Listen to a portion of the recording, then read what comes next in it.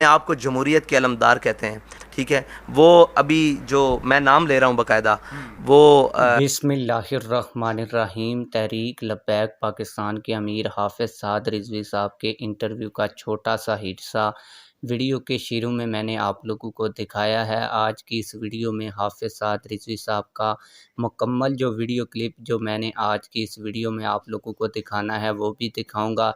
इसके अलावा आप लोगों को बताता चलूँ, क्योंकि इलेक्शन बहुत करीब आ गए हैं और इसी वजह से हम आप लोगों को हाफ़िज़ साद रिज़वी साहब के इंटरव्यू का ये हिस्सा दिखा रहे हैं, क्योंकि आपके ज़हनों में एक सवाल पैदा होता है और वो इस सवाल ये है कि तहरीक लब्बैक पाकिस्तान जब भी धरना देती है कामयाब हो जाती है, जलसा करती है तो लाखों लोग जलसे में पहुंच जाते हैं, लेकिन जब इलेक्शन होते हैं तो इलेक्शन में तहरीक लब्बैक पाकिस्तान के उस तरह से रिज़ल्ट नहीं आते जिस तरह जलसों में लोग आते हैं।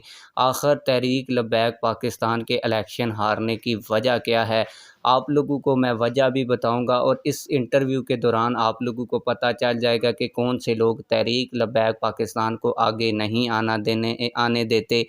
लेकिन वीडियो शुरू करने से पहले आप लोगों से एक छोटी सी रिक्वेस्ट है, अगर आपने अभी तक हमारे इस चैनल को सब्सक्राइब नहीं किया हुआ तो चैनल को लाजमी से सब्सक्राइब कर लें, ताकि आने वाली नई वीडियोज़ आप लोगों को बर वक्त मिलती रहें। आप लोगों को बताता चलूँ कि मीडिया के ऊपर ये बताया जाता है कि तहरीक लब्बैक पाकिस्तान इस्टेब्लिशमेंट की जमात है। हालांकि जो इस्टेब्लिशमेंट है वो तहरीक लब्बैक पाकिस्तान को कभी भी आगे आने नहीं देती और किसी न किसी तरीके से तहरीक लब्बैक पाकिस्तान का मैंडेट चुरा लिया जाता है।